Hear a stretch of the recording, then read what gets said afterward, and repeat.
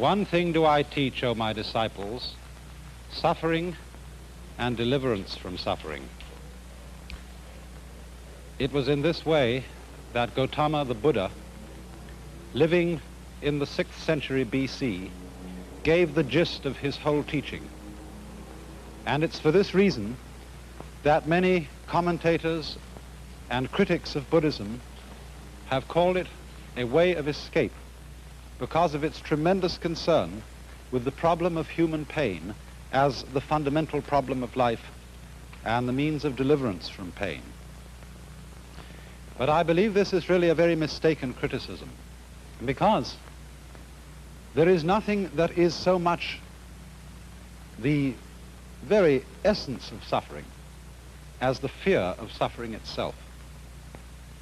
And if the doctrine of the Buddha were fundamentally based on an obsession to get rid of suffering, it would be a kind of self-contradictory vicious circle.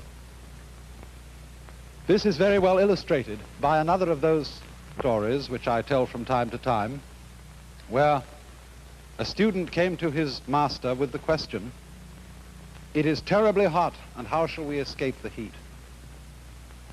In other words, this was a symbolic question, asking about the whole problem of the heat of suffering. It is terribly hot, and how shall we escape the heat? And he answered, "Go right down to the bottom of the furnace." "But in the furnace," said the student, "how do we escape the scorching fire?" And the master's final word was, "No further pains will harass you." Now you might say then that the attitude of the Buddhist philosophy to suffering is not at all one of turning away from it, of solving the problem of suffering by turning one's back on it and escaping it. Rather, its whole attitude is that the solution to the problem of human pain, whether it be physical or whether it be moral, is to go right into it. Now, in the Buddha's doctrine, pain or suffering in its most general sense is designated by this word dukkha in Sanskrit. Dukkha is the opposite of sukha. And if you break the word down, du here means what is disagreeable, painful, bitter, and ka means condition. Su means what is sweet. So you might say this is bitterness in contrast with sweetness. And the first proposition of the Buddha's teaching, what is called the first of the Four Noble Truths, is the idea that life as we live it is fundamentally dukkha, fundamentally a kind of chronic frustration.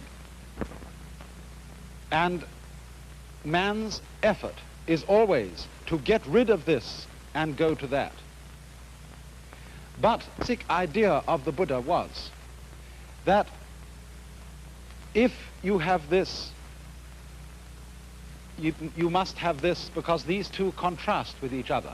You don't experience this unless you experience this. You don't experience this unless you experience this. So if you go after sweetness, you cannot experience sweetness unless there is always as its background the contrast of bitterness. And therefore, the objective of the Buddha's doctrine was not to get rid of pain and put pleasure in its place, but to go to something else which stands, as it were, transcending these two opposites, above and beyond them, which in Sanskrit is called ananda. That word is usually translated bliss, but in a rather unusual sense. There is a poem, again from the tradition of Chinese Zen, which says, "Under the sword lifted high, there is hell making you tremble. But go straight ahead, and there is the land of bliss." And so bliss here has a very special meaning. It isn't bliss in contrast to agony. And I think probably the best way of translating the word ananda is to use the English word ecstasy. Now, then our problem is simply this. How is it that through a profound going into suffering, that is to say, a profound acceptance of it, there can come out of it some sort of bliss. This is the problem we have to understand. Now, first of all, by way of illustration, I would like you to consider a mild but nevertheless chronic form of suffering which we constantly undergo, the experience of fear. What is fear? What, in other words, when you are afraid, are you actually feeling? A great deal of the doctrine of primitive Buddhism, as we have it recorded from the Buddha's own teachings, is concerned with close attentiveness to one's inner feelings and states of mind, a careful watching of them to find out what they really are. And supposing then you're afraid, what happens to you? Many people, when asked this question, seem strangely unaware. Their thoughts are concentrated on the particular imagination of the feared event happening.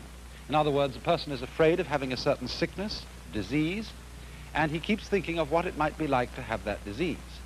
But supposing we switch our attention from that and concentrate for a moment on what it simply feels like to be afraid, we find, don't we, that we get a kind of creepy feeling up the spine. We get a sort of sinking or hollow feeling in the pit of the stomach and a clammy sensation in the palms of our hands. Now, as a matter of fact, that's not really very painful, is it?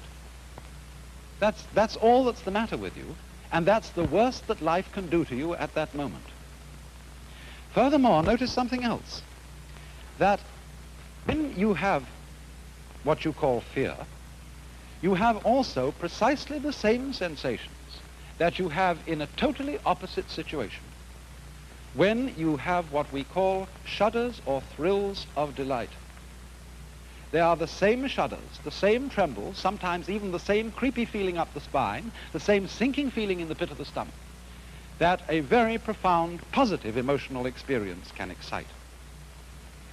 So that we find that our feelings depend for their valuation as to whether they be positive or negative, very much as to the context in which they occur.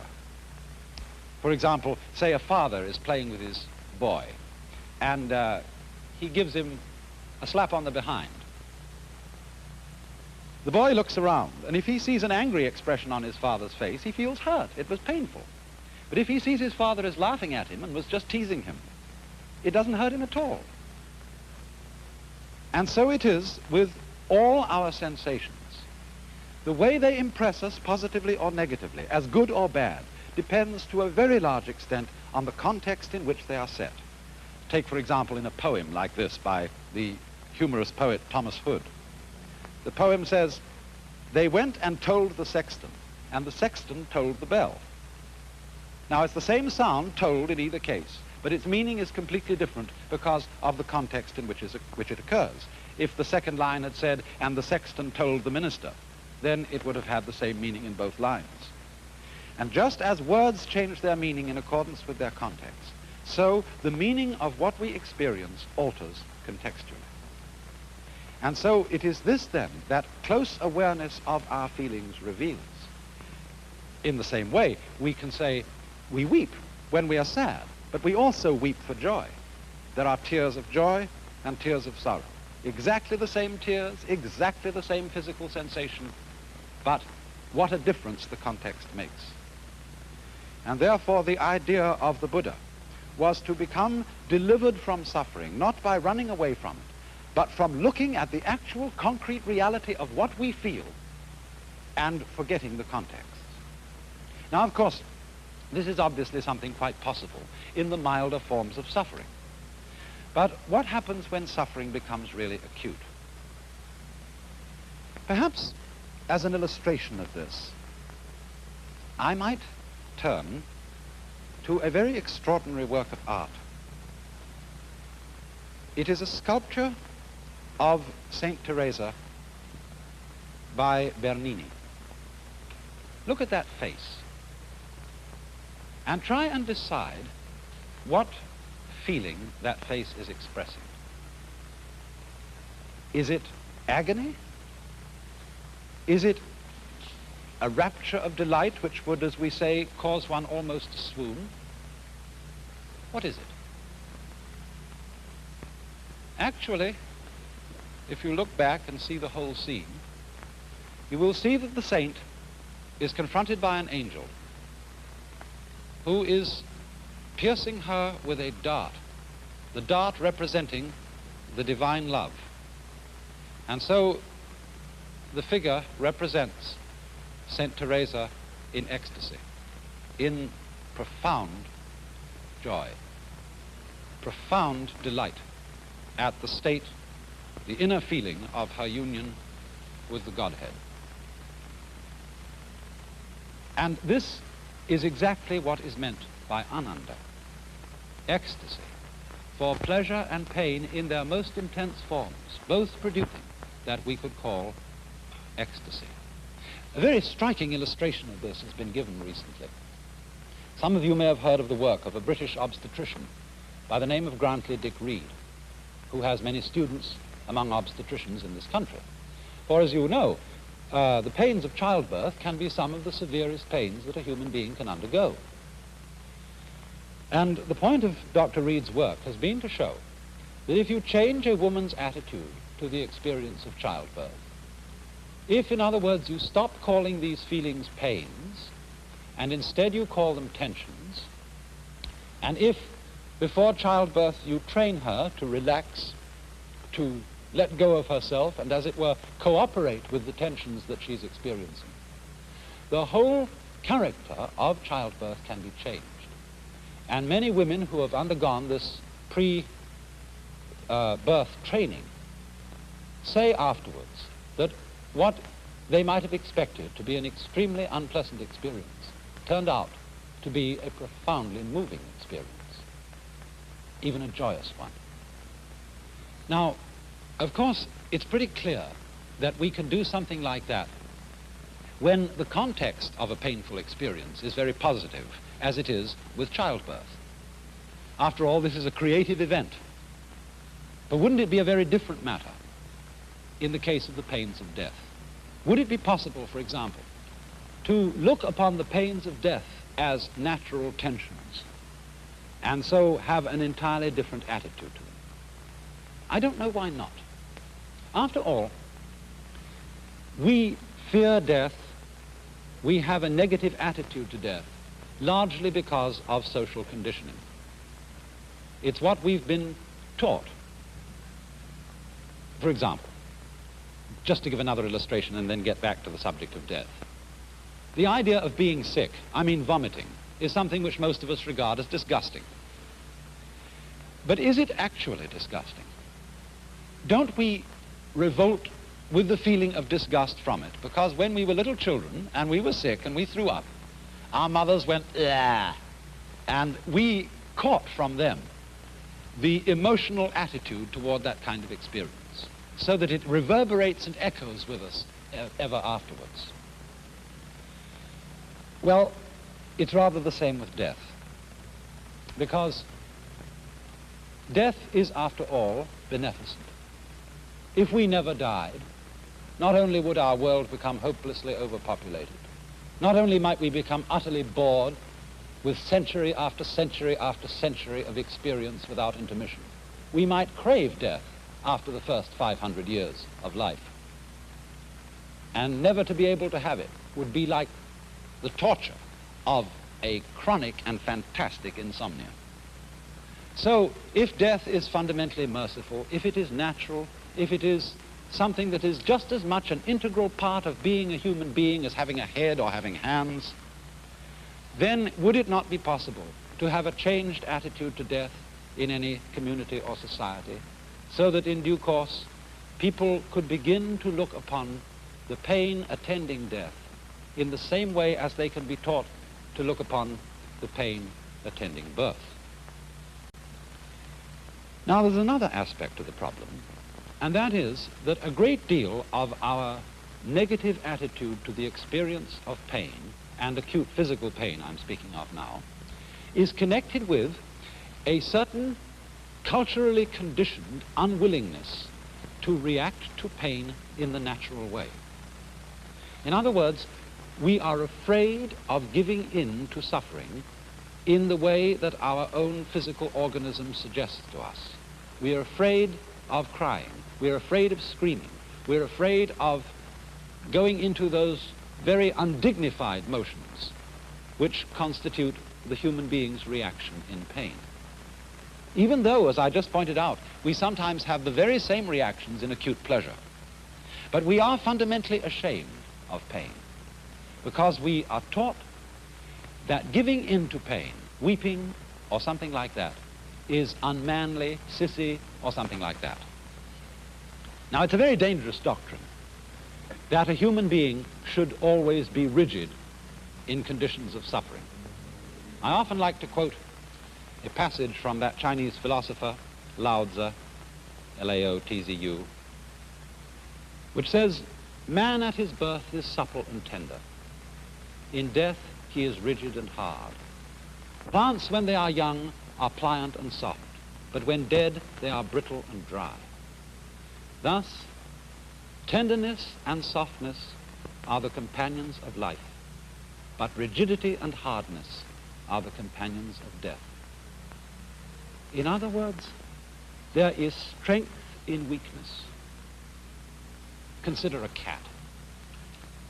When a cat drops off a tree, what does the cat do? Does it go rigid? Does it say, "I'm going to be a real tough guy and meet the ground without flinching"? Does the cat stick out its feet like this? No.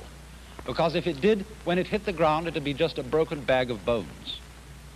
When the cat's in midair, it relaxes. It goes with it. It becomes weak.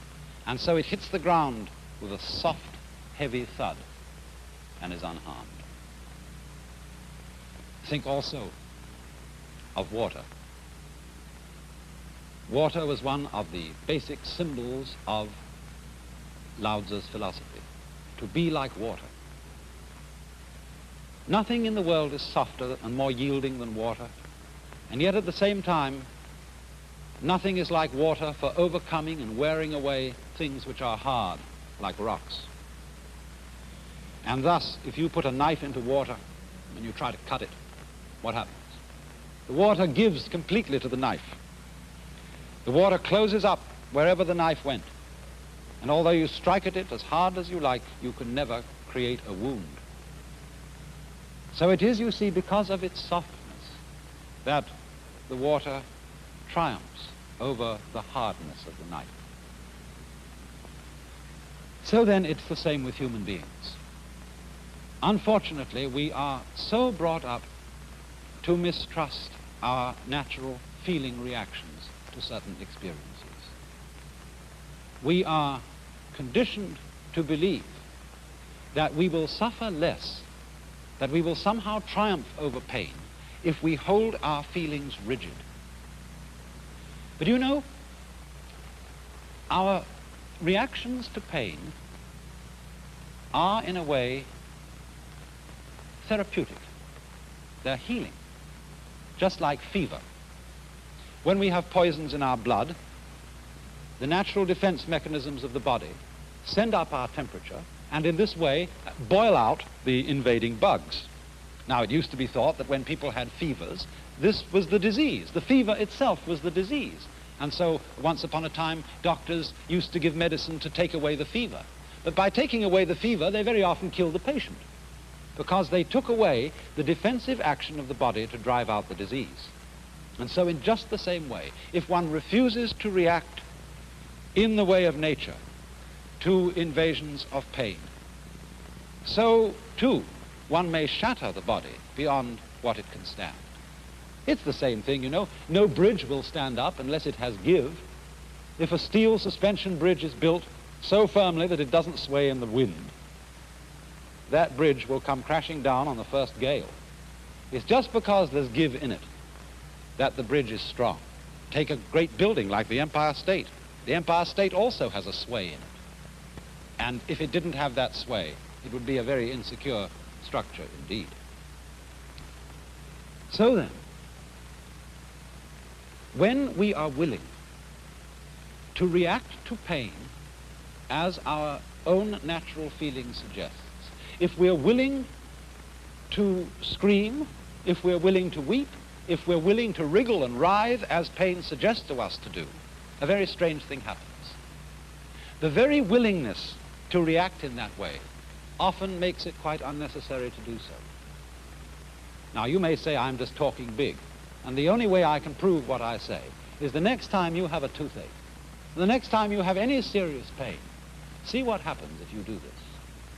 If you, as it were, go along with the pain and don't try to fight it, yield, become weak, and you will discover the strength of weakness. So then you see, this is not really an escapist philosophy at all. It is most definitely a philosophy of keeping in mind the actual reality of the situation in which you find yourself. I don't know what could be more realistic than this, what could be more fundamentally facing the hard facts of life. One keeps his attention on the actual concrete fact that is happening as distinct from our socially conditioned and inculcated ideas and attitudes about it. And this is really facing reality 100%. And so, there come out of this two basic results. The first is that when we don't resist pain, we don't set up a vicious circle in connection with it. Take the pain of fear again. Supposing you're in a situation where the doctor has told you you have to have an operation. And of course, if you're going to undergo this operation in the best way, you need to be rested, you need to have plenty of sleep, you need to be strong, and so on. Well, fine advice, isn't it? Because the moment you know you've got to have an operation, you're liable to get a bit frightened, and then you know you ought not to be frightened. You ought not to stay awake at nights and worry about it. You need sleep. And then you get afraid, you see, because you're afraid. You're afraid that your fear is going to lead to insomnia and debility, and so you're afraid of being afraid. And then because you see that you are afraid of being afraid, you are afraid because you are afraid because you are afraid. So that worry is always a vicious circle in which you are worrying because you worry, because you worry, because you worry. And this, as it were, builds up a whole chain of reactions which makes the pain of fear worse and worse and worse. So then, if at any point in this link we can, as it were, be willing to be worried, and then you don't worry about being worried. Be willing to be afraid, then you don't have to be afraid of being afraid. And so this, in other words, diminishes the total amount of pain because it doesn't allow the painful situation to build itself up and up and up and up. In the same way, if somebody stuck a hook into you and you pull away from it, well, the hook goes more deeply into you. But if you're caught like a fish on a hook and you go with the hook, this reduces the amount of tension. And this works backwards all the way down the line. Now, there's also a second result. And that is that when our mind, our consciousness, our attention is fully focused on what is, on the actual situation, as I said, we are free from various thoughts about it and associations with it that bring up a context which makes the experience painful. So you might say that this is an attitude of taking things as they come, one at a time. For example, many of you who are not blessed with dishwashers have to wash many dishes day after day. And when you've been married as a woman for, 10 or 11 years, one day you're sitting there at the sink, utterly weary of the whole thing. And in your mind's eye comes the immense pile of dishes which you've had to wash day after day in the past. There they are in your mind's eye, standing up, piled forever and ever on the draining board. And also in your mind's eye is that enormous pile of dishes that you're going to have to wash in the future. And you think, my life is that of a mere drudge, washing dishes, washing dishes, washing dishes, and there's no end to it. But if you were realistic, you would see this.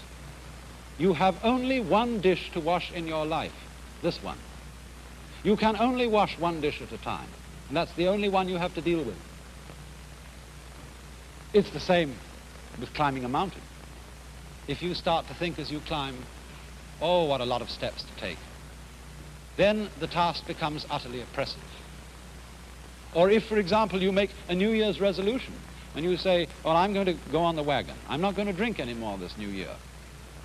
And if you say, this whole year I will not touch another drop of drink, well, of course, the old devil immediately brings to your mind 365 days of not drinking anything alcoholic. And that's overwhelming. Don't tempt the devil that way. One conquers the problem by not drinking this one and saying nothing about the next. So with the climbing of the mountain, taking each step as if it were the only step to be taken. And so, in the situation then, where there is the experience of agony, whether it be physical or whether it be moral, the way out is, in a way, suffering that agony as if this were the only thing in the whole world to be done.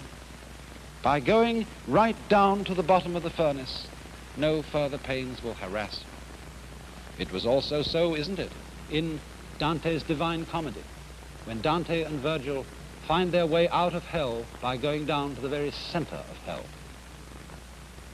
I like to illustrate this with another of those Zen stories. There was a monk who got news that his mother had died, and he was weeping. And another Buddhist monk said to him, you ought to be ashamed of yourself. You, a monk, still showing worldly attachments by weeping. He said, don't be silly. I'm weeping because I want to weep.